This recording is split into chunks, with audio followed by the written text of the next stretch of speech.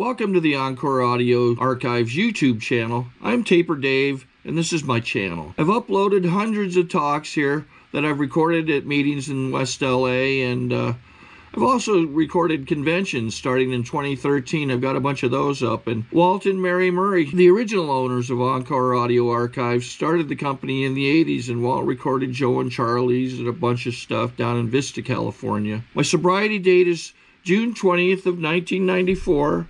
I hope you find something you like, so please like and subscribe to my channel and comment down below. If you want to hear something that I don't have or that you don't see, I'll see that I get it.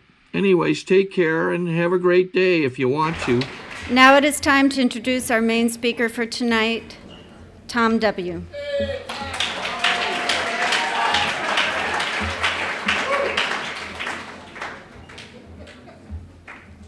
Hi everybody, my name is Tom Whalen. I'm an alcoholic. Hi. You know, I'd like to welcome especially the new people that are here and wish you a hearty happy birthday to all the birthday people. It's kind of I don't know whether it's a good thing or a bad thing, but when I was a regular member here several years ago, I was just thinking while I was sitting there that other than Jerry and Kathleen, everybody else is just like all newcomers, I guess. I don't know. I just don't know where you were going to meetings. I left town in 1974 and moved to Orange County, but I was a regular member up here for a number of years. Anyway, it's apropos of nothing. I am going to do what most of us are asked to do when we are asked to share, whether it's over the phone with somebody you're talking to or whether in a formal gathering like this. I'm going to tell a little bit about what I used to be like, what happened to me, and what I'm like now, and if you can get some good out of it, fine. The reason I do this, I'm getting a little tired of doing it too. I've been doing it for too many years. But I was just up here last Friday night telling the same dreary story at some other meeting. I don't know, they all blend together after a while. Anyway, I've had an odd couple of months. I'm an electrical contractor and I do all the work myself. I do everything, and been very busy all year. I mean, just the phone rings and just keep going and whatever. And all of a sudden, first couple of weeks in October, it's like they disconnected my phone. The phone didn't ring, and I thought, oh my God, what am I going to do? And so I left the house a couple of weeks ago, and I said to my wife, Gloria, I go to the gym every day, and Monday through Friday, and I said to Gloria, I said, well, I'll see you in a couple hours. And I called her a few hours later, and I said, I'm really upset. She said, what's the matter now? And I said, I have more work than I can handle for the next several weeks. I mean, it just happened in about 10 minutes, and my life seems to be like that emotionally. I've got a lot of stuff out of Alcoholics Anonymous. Believe me, I have. Serenity doesn't happen to be one of them. I just, like a mini madman half the time, and I don't know whether. One thing Alcoholics Anonymous has done for me is to maybe I just accept it and figure that's just the way I am. Anyway, I'm going to try to share what it used to be like and hope and get some identification out of it. I've been sober longer than God, it seems like. I just, sometimes I think I've been sober too long. Well, you know, it's been so long since I was loaded that I don't really remember all of that stuff because it's been so many years ago. I mean, you know, my mind is not all that good anyway, and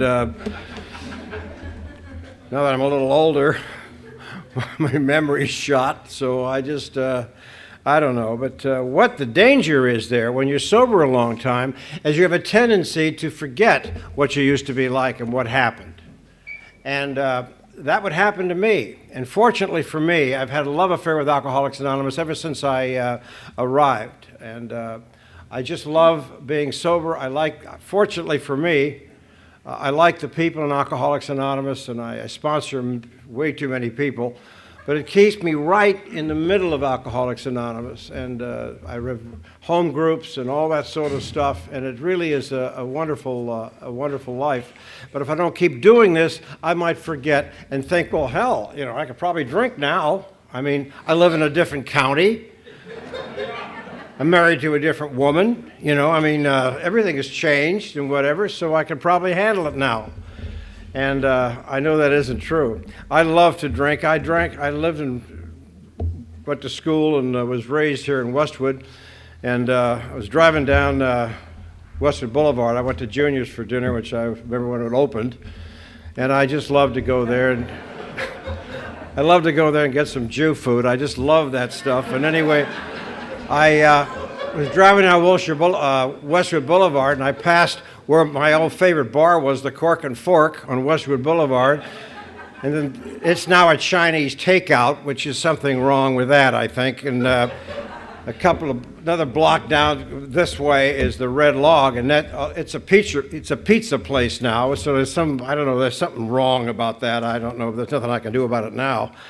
But I went over to Santa Monica, went over to St. Paul the Apostle Grammar School, and I screwed around there badly enough. They sent me to New York to live with my sister, who was a very well-known movie actress in the late 30s and 40s, and I started to drink, probably when I was about 9 or 10 years old, and I loved to drink. I came from a very tragically sad family. My parents didn't even drink. Talk about how horrible that is. I mean, you people have your parents to blame for this stuff, but I had to learn this thing all on my own, and which is a hardship. I had to steal booze out of neighbors' houses, in order to drink. So by the time I came back from New York, and I finished my last 2 years at high school, at Loyola High School, I guess my only claim to fame there, because I've been drinking now almost every day, is that I carried a bottle in my glove compartment, came to Latin class smashed a few times, and I was regularly drinking, and I loved to drink. I liked everything about it. When I was going over to Santa Monica City College for the short time I was there, I was either drunk or hungover or both, and I was telling this jury story in December, a couple of Decembers ago, and I was talking about when I was 19 years old, and my only desire in life, I had no plans. It's just that I just wanted to stay loaded and get with my friends and listen to some jazz music and come to and talk philosophy and go back and drink some more and pass out again and watch the Cocker Spaniel get drunk and all that sort of stuff. And that was my life. And I wanted to get out of town. I was dating a girl. It was getting too hot and heavy, so I wanted to get out of town. And so I did a real brilliant thing. I volunteered to be drafted. And they took me up on it, and I went in the Army right away. In fact, I went overseas immediately. I went to Arkansas, Oklahoma, and Kentucky, which is overseas if you're native Californian. And I'm down there, and I'm getting drunk and trying to work. But fortunately, I had a desk job where I could drink in the morning and noon in the afternoons, and then we would go to the mess hall and get cleaned up and go into town and drink. And that was my life in the Army for 3 years. This gal that I ran away from, I think, she came down to Fort Smith, Arkansas for the weekend, ostensibly. And she gets off the plane and she says, well, now that I'm here, why don't we get married? And I thought, well, okay, big, strong Tom. So we went off and got married. We went off and got married and signed a suicide pact for the next 20 years. And, I don't know. I don't know what the hell she saw in me anyway. I guess she just maybe had a great desire to suffer. But anyway, she's the kind of a girl I shouldn't even have dated, for Christ's sake. And here I am married to her. And we had these 2 kids before I got out of the Army. One 1-year-old, one getting born, and I felt like my life was over. I haven't even dated, for Christ's sake, and how I'm shackled with all these responsibilities. And I had enough sense on how to behave because my dad was a hard-working electrical contractor in this area. And so I decided that since I was going to take over his business now, that I shouldn't be drinking during the day anymore. And so I don't remember whether it was a problem. It's all too many years ago. But what happened during that first year is that I would just drink in the evenings. You can drink on weekends. That doesn't count daily. And during the week, you just shouldn't drink during the day. When you're managing a business, you're a husband and a father and all that sort of stuff. And that was my intention. That was my belief. And what happened, I found myself 11, 12 o'clock in the morning and afternoon. I'm getting very anxious and uptight and nervous. And maybe I'm just high-strung, as I was diagnosed as being when I was in grammar school and high school. But I don't know what it was. And so I found quite accidentally that if I had a couple of beers with my pastrami sandwich, I had a much better afternoon. That's a message you new people can take with you. Because relief is literally a swallow away. There's just no question about that. And so I did that, and I wasn't telling anybody about it. I can't tell my father that I'm drinking on his time at lunchtime because he had little or no use for people who even drank. My wife wouldn't have understood while I'm drinking during the day, and so it was going to be my little secret. And I would buy a quart of bourbon or scotch, whatever, and put it on the kitchen sink Friday night. Ostensibly, that was my legal bottle for the week. And Sunday, she usually said to me, "What happened to that bottle you bought the other night? It's empty." I said, "Well, I know what happened to it. Maybe you had a drink out of it. I don't know, you know." Well, I may be alcoholic, but I'm not stupid. You buy 2 quarts on a Friday night. You put one in the kitchen sink and you hide the other one in the garage. And you work bottle A into bottle B and watch the line go up and down. And it's a lot of work, but it keeps their goddamn mouth shut about my drinking. And so I was doing that, you know, running out in front of the garage. Loved to barbecue. I'd barbecue in the rain, for God's sake, just to get outside. And I went on this way for a number of years, and I don't know what all happened, for Christ's sake, but it was starting to affect me emotionally. I would get, maybe I'd be at some club and drink 27 Scotch and waters and drive half of you home, and yet maybe 3 hours later or the next afternoon I'd be beating my fists on the steering wheels, parked in the car, wondering what's wrong with me, would my life all go to hell, and everything is just horrible, and oh my God, and I was talking about a drama queen, but I mean, it was just ridiculous. And so I sought the help of a psychiatrist, something we all used to do in the late 50s and early 60s, and I found a doctor I had a pretty good rapport with. I told him about my highs and my lows and my strange growing up and all the stuff that we tell our doctors, except one small thing. He kept asking me, "How much do you drink, Tom?" And I told him 6 or 8 ounces of alcohol a day, doctor. It seemed like a normal amount for a heavy drinker to drink. I'm more than happy to be a heavy drinker because it is, after all, a sign of manhood or adulthood. For me to control and enjoy my drinking was a great obsession. I didn't quite understand when I was controlling it, I wasn't enjoying it, and when I was enjoying it, I certainly wasn't controlling it, but I couldn't see that in those days, and all I wanted to have people get off my goddamn back and leave me alone. I go to work every day. I take the kids to Indian guides and the movies and the beach and all the other stupid stuff they want to do. As long as I had fresh alcohol in my system. You know, you're laughing at this. Is a tragic story here. I don't know what all this is about. So anyway, I was just something wrong with me, and I saw this doctor about 3 or 4 years in and out of private therapy and group therapy, all the therapies you can dream up. But what happened, because I couldn't be honest with my number one problem, which is my alcoholism, is I got sicker and sicker and sicker in this guy's care. And because I didn't understand all this whole stuff. And but it worked. When you're in therapy or in some recovery or some other name they're calling it this week, people kind of get off your case and leave you alone and figure out he's trying and all that sort of stuff. And that's the way it was with me. And I didn't understand all this kind of stuff, but I had sort of a routine where I'd work all through the day, I'd drink all through the day, and then my wife couldn't understand while I was most of the time passed out on the couch. I told her I was tired from working. After having just 2 drinks at the house, that's all she saw. She didn't realize I'd had a quart and a half already. Anyway, I was sitting at the little club in Beverly Hills, right around the corner of my psychiatrist's office. I hadn't had a drink since noon, and I go in there, and I have 3 or 4 double scotches or whatever I was drinking that season, and get myself well enough to go to see this psychiatrist for his 50-minute hour. And Well, you look better when you leave a bar. You know, we all do. I mean, you look in the back bar and you can see you're a little more handsome, more together, and it kind of relaxes you and you can talk more honestly with the psychiatrist. And so that was my theory there on that. And there's one particular day he looked at me and he said, "You know, you're drunk." I said, "What do you mean I'm drunk?" He said, "You look drunk, you act drunk, and you smell drunk. I assume you're drunk." I said, "Well, a couple of beers for lunch," which I think is our stock answer. He says, "I think a little bit more than that, a little bit more recent is going to help with my drinking problem, albeit my non-existent drinking problem, but I'll go along with the gag, whatever." And he put me in heavy dose of Librium and heavy dose of Stelazine. And if I thought I was just a little mildly neurotic, I'll take the pills they prescribed and be just fine. That's exactly what I did. Hell, I took them more than prescribed. I want to get well now. Want to wait around a month.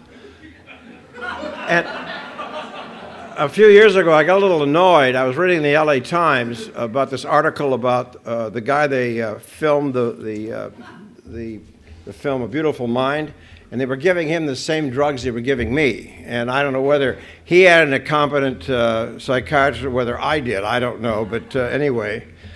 That's where it was. And he told me, incidentally, not to drink with these drugs. But what do they know? And so I got my wire nuts in one pocket with the pills, and I'm popping these things and drinking behind them and the whole thing, and I'm wiring houses and remodeling and doing all this stuff in this part of town, and Beverly Hills and Santa Monica and the Valley and the other places around here.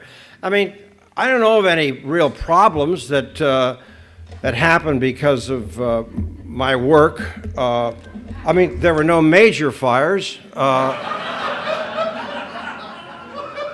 but shit happens, you know. So you went on this way, and I didn't know what's going on.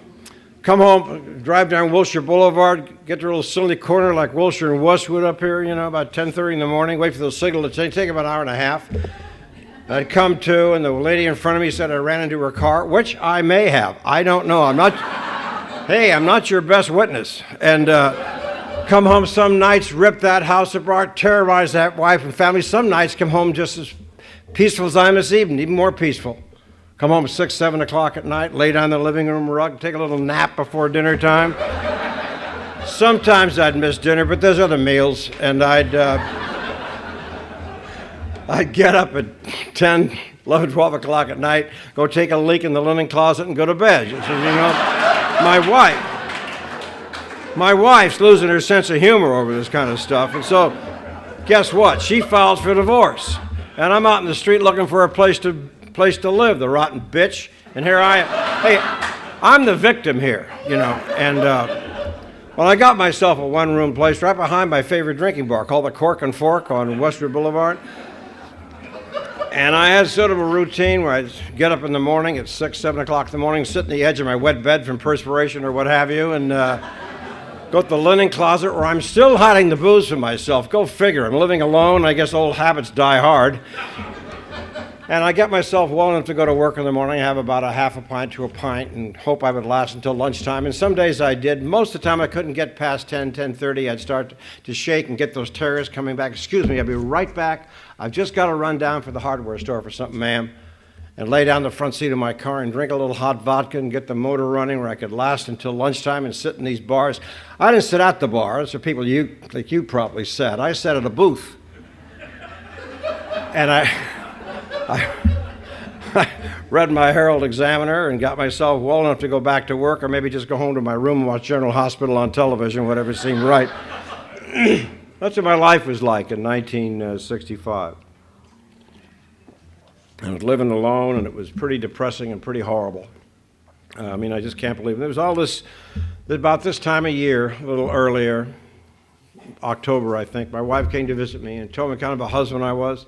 She went to visit me about 10 o'clock in the morning. She thought I was home, my vodka break.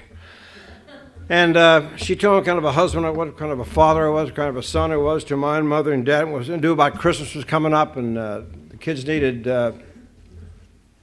clothes, and the attorney wants to be paid, and they turn the electricity off again, the assurances will lapse, all these mundane problems and what she's telling me about these things like I'm supposed to do something.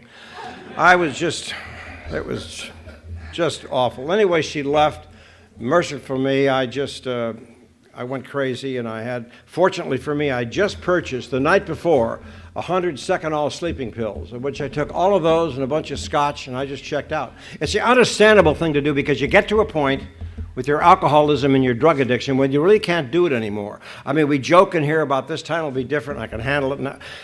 I realized it wasn't going to be any different. I didn't want to stop drinking. I was totally addicted to it, but I could not equate one with the other. I couldn't talk without stuttering unless I had fresh alcohol in my system. I couldn't do my electrical work because I'm shaking. You can't do that when you're working on hot wires. You blow everything up. So I didn't know what I just wanted to get out. And a kid that was working for me part-time thought I was acting a little bizarrely, and he came to my apartment, found me in this coma. And they rushed me up to across the street to UCLA Medical Center. And they pumped me full of holes, I guess, and pumped my stomach. I don't know what they did. I wasn't there. And I was in this coma for about 13 hours, and I came to in this funny-looking green room, and I thought, Christ, I've even screwed this up. I can't even get out of here. Talk about bad breaks. And when my vital signs came around, they put me in another ambulance, and they shipped me off to a mental institution where I was to stay for a while, but not for alcoholism, something respectable, suicide. And that's where they put people like us in those days. They didn't have the recovery facilities that they have today. And I was in there for a while. They were very kind to me. They were very nice. I had a 24-hour guard on me. I guess they were afraid I was going to do something rash. Well, I made my little ashtray well enough when I got out of there. And the first place I stopped was Jerry's Liquor Store on Olympic. And of all the things that I talk about in this phase of my talk, to me it's the most bizarre. Because wouldn't you think I'd stay sober a couple of months? Couple of weeks, couple of days. But I realized I can't go in my room naked with nothing to drink because I had nothing to drink there. So I had to stop in Jerry's and get a quart of each. And I stayed drunk that week. I'm drunk every day. And I've got to rush through this because I don't have any time.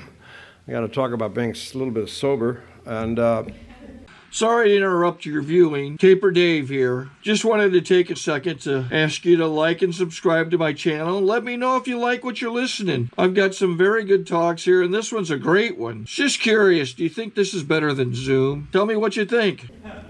And anyway, it just was a bad deal. I went to Mass on Christmas of 1965, and I got on my knees in the back of that church, and I asked God to grant me some peace. I didn't want to quit drinking because it wasn't an issue, but I wanted to sleep for more than 2 hours at a time. If you drink the way I drink, a couple of quarts during the day, and by 8 or 9 o'clock at night, you're passed out, and that's fine with me. I have no quarrel with that.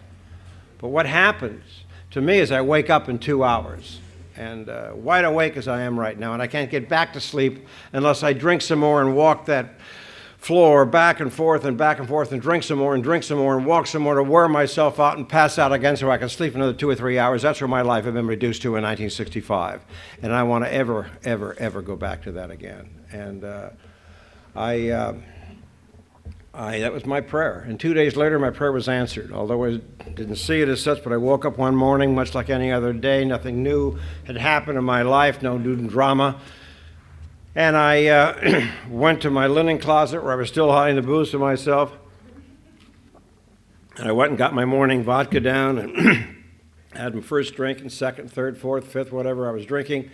And I went to put the bottle of vodka back on the top shelf, and I noticed a bottle of Ballantine scotch had about that much left. And I thought, Christ, that's a lot of scotch since 8 o'clock the night before. It was remarkable how much I was drinking, yet it was no more or no less. I was drinking all the way along, but it was kind of like shown to me. And I went to the phone a few hours later, and I called Alcoholics Anonymous, of all places. And I went to a meeting that night at Ohio Street in West Los Angeles.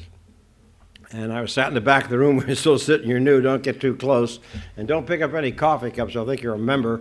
And I sat back there in my hands, because the first thing was going to see me shaking, because I didn't have quite enough to drink. And I was sort of purple in color. I was sweating profusely. I had green slime coming out of my mouth from the breath purifiers I was chewing, so nobody knew what I was drinking. And some jerk who I was sitting next to, who I didn't know, a total stranger, and he raised my hand as a newcomer, which I think was very nice. I mean, I still today don't know how the hell I knew I was a newcomer, because I sure as hell didn't tell him, I'll tell you that. But that was the night I walked up to a man as to be my sponsor, and I said, excuse me, sir, you seem to be some sort of a big deal around here. How do you join Alcoholics Anonymous? How do you become a member? He said, you don't drink, kid.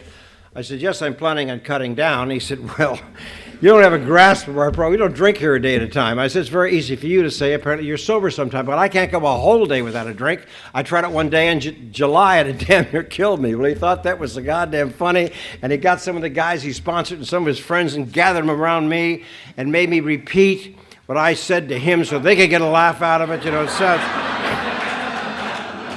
sounded kind of cruel to me, but I've come to find out if you can't exploit and make fun of the new people, what good are they? And so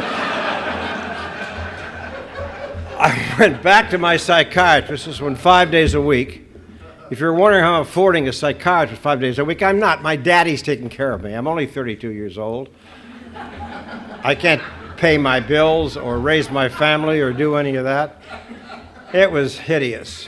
And but some way this man was able to convince me and show me how to get out of my room in the morning without taking a drink. And I did that one day. And another day, and it's hard to believe that all these days have gone by, and a couple of months or less than 2 months, I'll have 40 years in the program. That's a long time between drinks. And cuts into my time. Don't do that. Anyway,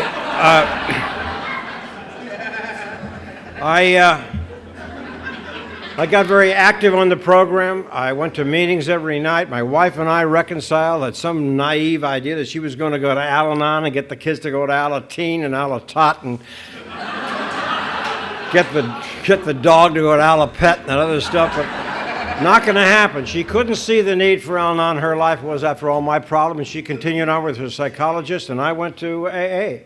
And there was a certain amount of a honeymoon those first few months.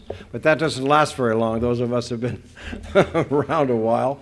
And, you know, I went to a meeting one Friday night, maybe it was this meeting. And it was just a fun meeting and had a good time. And I left that meeting just as crazy and goofy as I have ever been or been since. I was out in the car crying and laughing maniacally. And I went down to Santa Monica Beach and walked down there on this full moon night. Maybe that was wrong with me. And couldn't sort it all out. I ended up at my sponsor's house quite late that night, got him out of bed, as a matter of fact. And the reason we have sponsors, and as I said earlier, I sponsor a lot of people, but we have magic sentences. That's our job. You come to us with a myriad of problems, or maybe several problems, and we lay one or maybe two magic sentences on you, and you're in fine shape for maybe 10 minutes. And this particular night, he was out of magic sentences. And he told me to go home and do a searching and fearless moral inventory of myself, which I couldn't identify with. I spent so much of my life in the Catholic system of examination of conscience and confession. If that's not a fourth and fifth step, what is? Years that I spent in psychiatrist offices talking about what I used to be like, what happened, what I'm like now. And he cursed me and embarrassed me, and against my better judgment, I had to go home and start this four-step, and I was able to put in that four-step things that I was never able to tell a Catholic priest in confession because they were too tacky, too embarrassing, too sinful, if you will, things that I couldn't tell a psychiatrist. You can't tell them that kind of stuff. They'll think you're crazy. So you got to be very guarded what you tell people in that venue, but in Alcoholics Anonymous, we beg of you to be fearless and thorough from the very start and put all that crap down. Put your goals down. Find out who the hell you're dealing with. So much of my life was spent in fantasy land and let's pretend, and never satisfied with anything I was doing, who I was with, anybody else would have been better, that kind of stuff. I still pride myself on being a chronic malcontent, but in those days it was even worse. And it wasn't until after I did this inventory and I had a pretty good handle on who Tom Whalen was, and there's a lot of good qualities that were worth holding on to. A lot of stuff had to go, and I wish I could tell you it was gone in the first few days or weeks or decades, but it takes a long time. We're on a journey.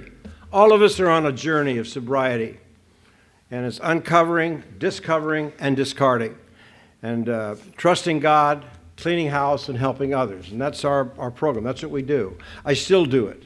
It's difficult. I feel like I shouldn't have to, but I still have to do it all the time, and it's not proud of it, but that's what you kind of have to do to keep going like this. I did the other steps, of course, as we all do, that those of us that stay sober do. And I did a fifth step with this man, and I did a sixth and seventh step on my knees in a standard service station men's room, I think, because it was he told me to go do it as soon as I could, where I could be alone. That was what I found. Made the list of people I had harmed and paid them back, and I've been in and out of debt ever since, and kind of the American way. But I don't know how it all happens, and so many years have gone by that it's just mind-boggling to me. And I woke up when I was a little before I was 8 years sober. I noticed these two little boys were getting out of high school, and both of them were stoned out of their minds, drunk, selling drugs out the back door. You couldn't walk in the living room without getting contact high, and it was just, it was awful. And I didn't know what the hell I was going to do. And my then wife was going along with what the kids were doing. And that's when my wife filed a divorce in 1974, and that's when I moved down to Dana Point, where I live near now. And as I was driving down the freeway, thinking I'm doing my will or his will. When you're around here a while, you don't want to screw this thing up. You want to do it correctly. And so I said a prayer that my sponsor gave me.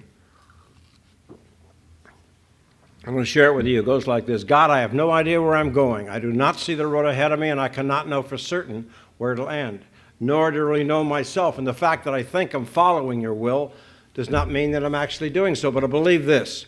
I believe the desire to please you does in fact please you. And I hope I have that desire in everything I do, and I hope I never do anything apart from that desire. And I know if I do this, you will lead me by the right road, though I may know nothing about it at the time, though I may seem to be lost. In the very shadow of death, I'll not be afraid, because I know you will never leave me to face my troubles all alone. With this, as she continued on the freeway, of course, I told her to come apartment I wanted where the business would be run. None of which happened. I got her a nicer apartment, a lot less money, and I was about 5 minutes too late for the Yellow Pages, so I spent a year with no advertising, trying to run a business in a strange town with no advertising. That was fun. Back and forth to Los Angeles. It was a hideous year.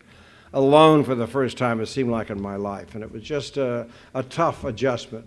I started to date again, which I was not too good at in high school, much less in my early 40s. And I did that, and met a girl, and we went together for a while, and it was too crazy and too hot and heavy, and I broke it off, and then we got back together again, and I guess around our natal birthdays in August.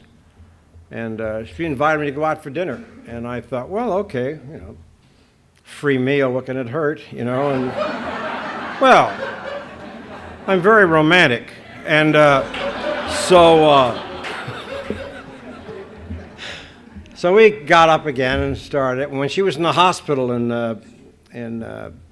January of '74, having a radical mastectomy, I went to visit her. I said, where are you going to move to when you get out of the hospital? And she said, well, I don't want to go here. I said, well, come home with me until you start to feel better, and I'll take care of you. And she said, fine. And then the relationship intensified. We were ultimately married. We had a good marriage. I think the only problem in that marriage were my 2 drug addict alcoholic children and her 3 daughters and a son who were not much better condition than my kids are in, and they loved to come to visit us in their various stages of stoneness. I mean, it was just a delight to watch. Well, they're all sober now, those that are still alive, and it was quite a deal. My youngest son, who over on Veteran, he was living at that time on Veteran, and he fell out of a second-story window, stoned on angel dust and some cheap wine, and broke himself all up and ended up at East LA Hospital, and I went to visit him. I said, Jim, this is much to shoot for. You know, why don't you go out to Scuzzy City and come on down to Dana Point, and I'll put you to work for me, and you can get yourself an apartment. Oh, no, Dad, I'm having too good a time. And I said, I can see that. And but he did come down about a year later, and stayed sober in front of me, and because he knew I wouldn't have anybody in my business, it was loaded all the time.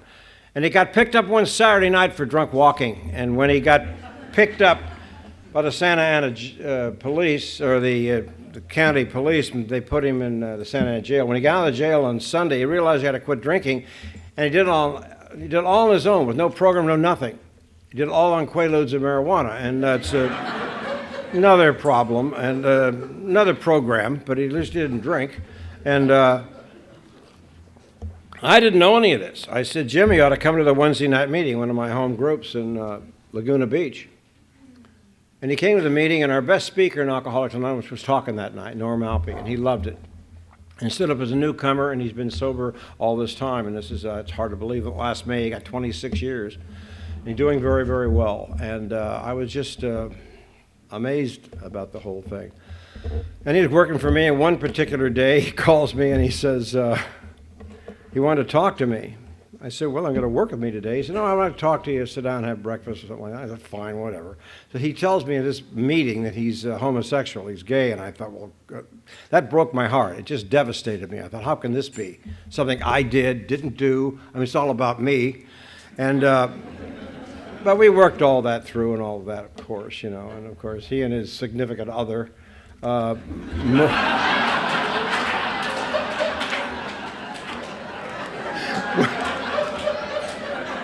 18 years ago, moved to Maui, and they fit and sold toe rings, which is every father's dream, I guess, to have that. But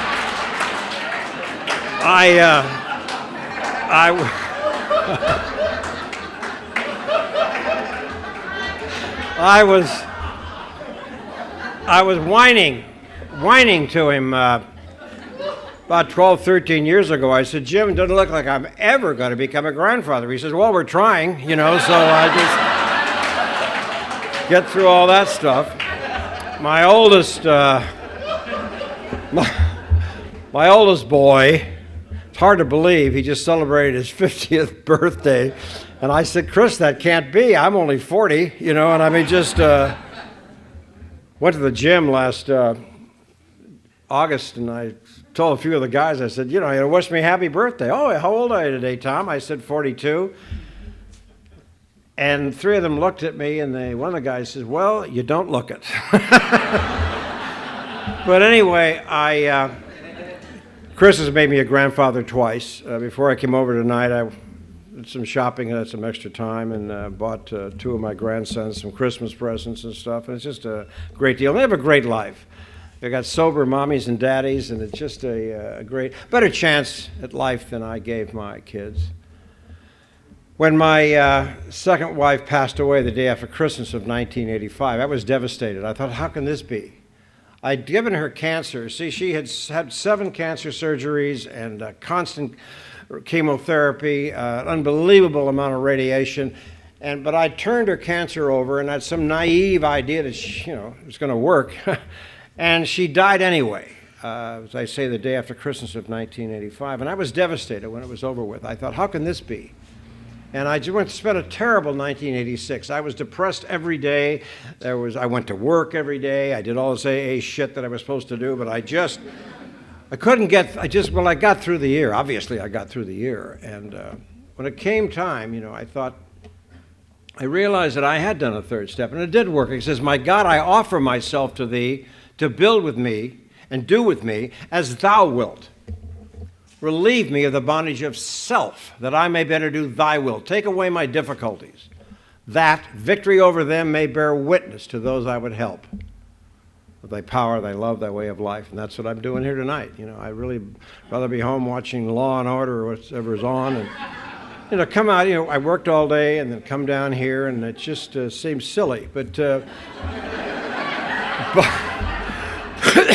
but as I say, that's my job. I went to the International Convention in Toronto, and it was very meaningful to me, a very meaningful theme, and that was I am responsible. And that's what we are after we are sober here a while, is to give it back and to keep active and keep in there, not to be, which I think the majority of AA members are, the short-termers. They're almost, they are like, they're not participants, they're observers. They come and watch this and see and have a few laughs or whatever. And then they continue that feeling that all of us came in here with, and that's a feeling of being different and apart from. And when we're active in Alcoholics Anonymous and being with our friends, you saw that tonight on the stage, the people, their friends and their sponsors and all that kind of stuff, to give back to what we were so freely given, and I hope I was able to do that tonight. Thank you very much.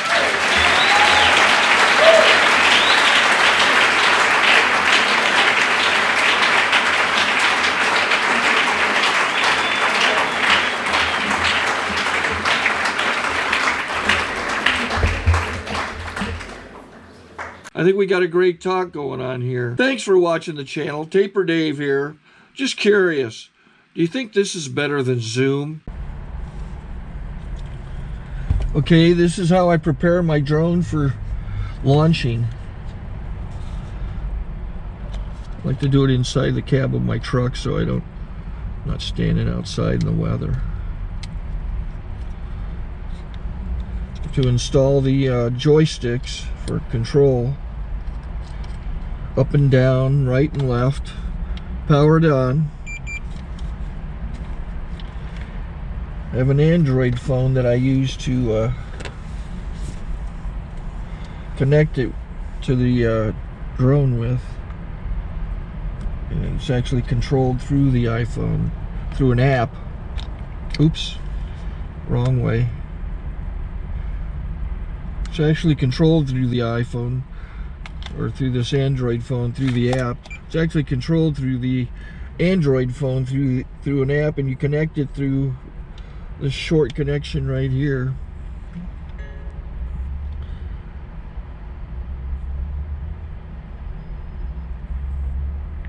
Remote control connected. Remote control's connected. So I pull out the drone. I have to extend the legs. Long legs extended first, then the short legs. Remove the gimbal protector. Set that aside, then power it on one short burst and one long burst. I lay it down. So I have to go to calibrate. So the drone's not connected yet. It shows you here as this drone gets disconnected, even though the remote's powered on. So the drone has to establish it's connected. So I go into the app to calibration mode. First I'll calibrate the remote controller. Start calibration. Out, in, oop, out, in, up, down, and then this little wheel is to control the gimbal. So it's calibrated. Go to gimbal calibration, start calibration, and then it calibrates the gimbal.